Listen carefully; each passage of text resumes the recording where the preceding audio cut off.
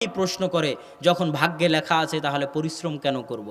আল্লাহ সুবহানাহু ওয়া তাআলা কোরআনে বলছেন, ফাইদা কুজিয়াতিস সালাত ফান্তাশিরু ফিল আরদ ওয়াবতাগু মিন ফাদলিল্লাহ।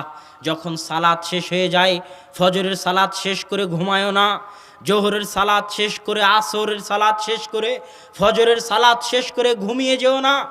আমার সময়ের বরকতের উপর একটা বক্তব্য আছে, শুনে দেখবেন, যেখানে সকালের বরকতের উপর বিস্তারিত লম্বা আলোচনা করা আছে, সকালের জাদুর উপর আলোচনা করা আছে। তোমরা ফজরের সালাত পড়ে ঘুমিয়ে যেও না। ফাইদা কুদিয়াতিস সালাত, সালাত শেষ হওয়ার পর ফান্তাশিরু ফিল আরজ, জমিনে ছড়িয়ে পড়ো, ওয়াবতাগু মিন ফাজলিল্লাহ। আর জমিনের প্রত্যেকটা ইঞ্চিতে, প্রত্যেকটা কোণায়, প্রত্যেকটা স্থানে আল্লাহর রহমত, বরকত, রিজিক ছড়িয়ে রেখেছেন। তোমরা জমিনে ছড়িয়ে পড়ো রিজিকের সন্ধানে। প্রত্যেকটা ইঞ্চিতে রিজিক আছে। একটু